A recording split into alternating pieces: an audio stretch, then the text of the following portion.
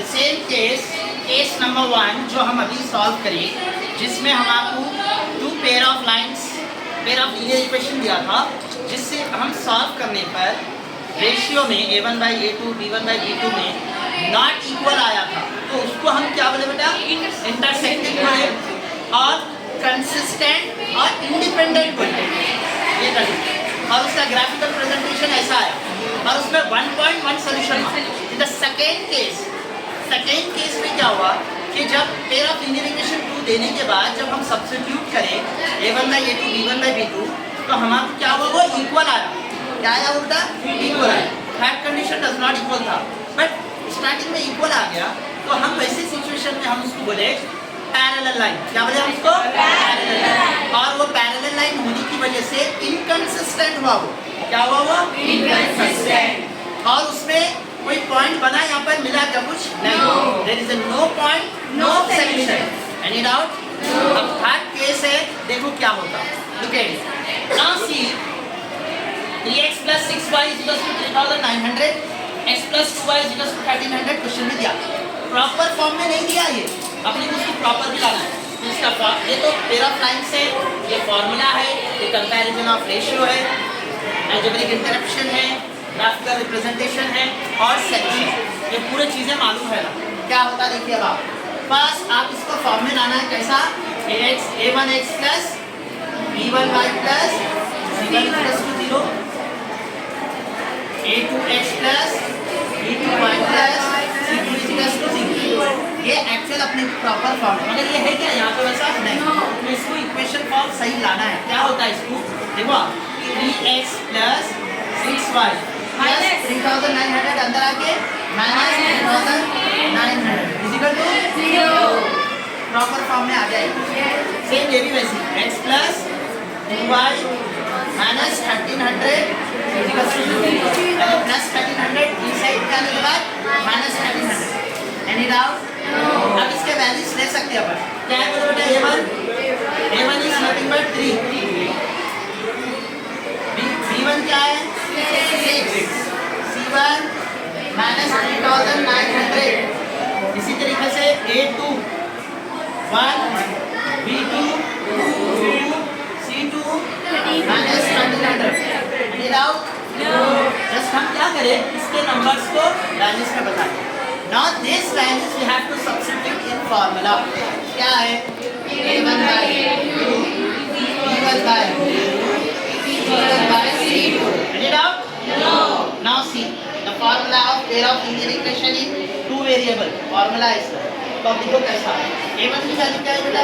3, a2 की value क्या है? 1, b2 की वैल्यू क्या है? 6, b2 2, c1 -3900 and -1300। अब इसको हमको कैंसिल करना है। पॉसिबिलिटी है तो कैंसिल करेंगे, यहाँ तो कुछ भी नहीं है। यहाँ देखो 2 1 2 3 देखो 3/1 आ गया, यहाँ भी 3/1 आ गया। नाउ सी ये 2 0 ये 2 0 सॉरी इतना बड़े नंबर से कैसा करना? Simple concept. पहले 0 0 को तो हटाओ, बाद में नंबर जो बचे उसको कैंसिल करेंगे। 13 का टेबल है, 13 1 13, 13 3 39। तो मतलब क्या आया? 3/1। तीनों इक्वल है। Any doubt?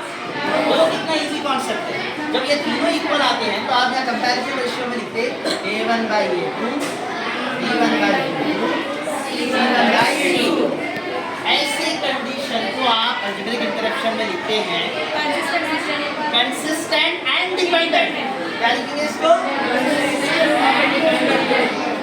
Consistent and dependent. Consistent and dependent. Now graphical presentation में क्या होगा? You see again this y axis and x axis. Okay, तो ये जो x और y है, इसमें जो पेयर ऑफ लाइंस जो ड्रॉ होंगे इस तरीके से, गौर से देखो अच्छे से। अगर सपोज कोई एक लाइन आ गई, फर्स्ट वाली लाइन है, इसको लाइन 1 बोल रहे हैं। Pair of line first draw की ग्राफ। द सेकेंड लाइन आपको यहाँ से स्टार्ट होगी और यहाँ खत्म होगी। ये लाइन हो गई सेकेंड। अगर लाइन कैसी हुई बोले तो just you see with the one line, another line they have like this on the same path. यानी एक लाइन के ऊपर और एक लाइन फॉर्म हुई, बोली ना? और से देखो ऐसी लाइन फॉर्म हुई, तो जो लाइंस दो भी एक ही सेम पाथ यानी सेम जगह पे हुई, तो एक ही लाइन के ऊपर लाइन है, ऐसे कंडीशन पे हम इसको बोलते हैं coincident. What you call? Coincident.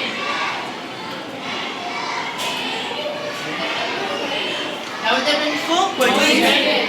और अब number of point, number of solution कितने बोलेंगे आप? No limit. लिमिट ही नहीं है, इन्फिनिटी बोल सकते हैं आप इसको. क्या बोलते हैं? इन्फिनिटी. इन्फिनिटी या number of solution, infinity solutions. Point देखो आप कितने पॉइंट बनाएंगे आप? 1 2 3 4 5. There is no limit.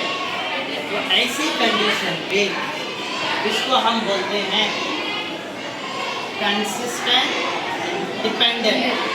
अगर आपको ऑब्जेक्टिव में और एसीटी में ऐसा पूछता, गौर से सुनो. What about the condition of consistent dependent? Consistent बोलते कि पहले वाले इंटरसेक्टिंग में नहीं जाना, इन्हें इंटरसेक्टिंग हो रहा, इन्हें इंटरसेक्टिंग भी हो रहा, बाइसेक्ट भी हो रहा, मगर यहाँ पर देखो इक्विलिब्रियम ही पॉइंट है, वो पूरा एक्सैक्ट नहीं हो रहा, इंटरसेक्ट ऐसा नहीं हो रहा, वो ऐसा है. तो ना तो आप इसको क्या करेंगे? सिंपल वे, पहले क्या करेंगे? पेयर ऑफ लाइंस जो आपको प्रॉपर फॉर्म में लाए, फिर उसके पूरे वैल्यूज निकाले, A1 B1 A2 B2 C1 C2.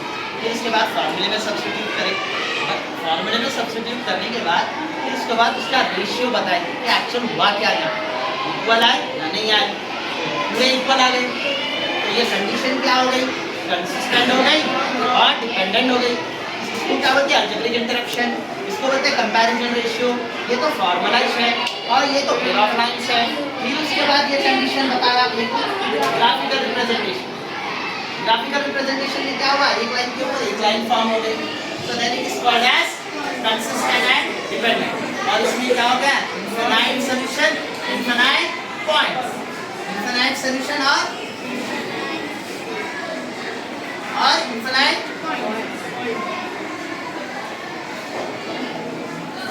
Any doubt?